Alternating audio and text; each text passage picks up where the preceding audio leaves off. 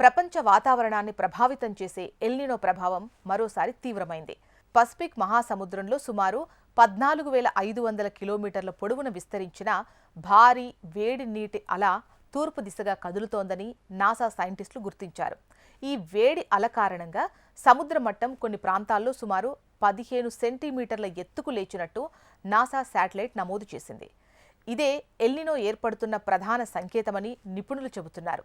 అమెరికాకు చెందిన national ocean and atmospheric administration June 11న అధికారికంగా ఎల్నినో ఏర్పడినట్టు ప్రకటించింది. ఈ ఏడాది చివరి నాటికి ఇది అత్యంత తీవ్ర స్థాయికి చేరుకునే అవకాశం ఉందని అంచనా వేసింది.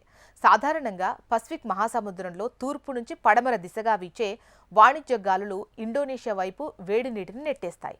అదే టైంలో పెరూ తీరంలో సముద్ర గర్భం నుంచి చల్లటి పోషకాలు అధికంగా ఉన్న నీరు పైకొస్తుంది. దీన్నే అప్ వెల్లింగ్ అంటారు. అయితే కొన్నిసార్లు ఈ గాలులు బలహీనపడ్డం లేదా దిశ మారడంతో పడమరలో పేరుకుపోయిన వేడి నీరు తిరిగి తూర్పు వైపు కదులుతుంది. సముద్ర గర్భంలో ప్రయాణించే భారీ వేడి నీటి అలను కెల్విన్ వేవ్ అంటారు.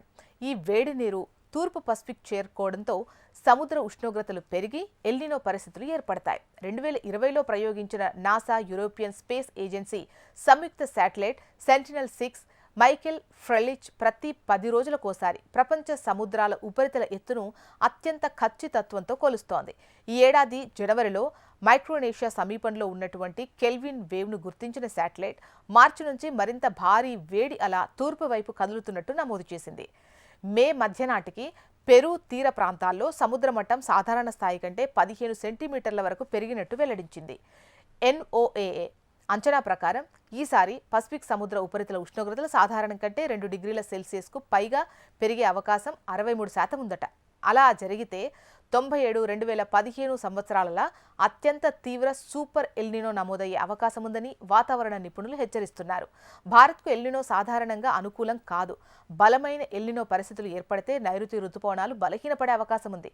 దీంతో దేశంలోని అనేక ప్రాంతాల్లో వర్షపాతం తగ్గి కరువు పరిస్థితులు తలెత్తే ప్రమాదం ఉంది. అయితే ఇండియన్ ఓషన్ డైపోలో వంటి ఇతర వాతావరణ వ్యవస్థలు కొంతమేర ప్రభావాన్ని తగ్గించే అవకాశం కూడా ఉందని నిపుణులు పేర్కొంటున్నారు. ప్రస్తుతం పసిఫిక్ మహాసముద్రంలో జరుగుతున్న ఈ పరిణామాలను ప్రపంచ వాతావరణ సంస్థలు నిశితంగా పరిశీలిస్తున్నాయి. ఈ ఏడాది శీతాకాలానికి ఎల్నినో గరిష్ట స్థాయికి చేరుకునే అవకాశం ఉండటంతో ప్రపంచవ్యాప్తంగా వాతావరణ మార్పులపై ఆందోళన వ్యక్తమవుతోంది.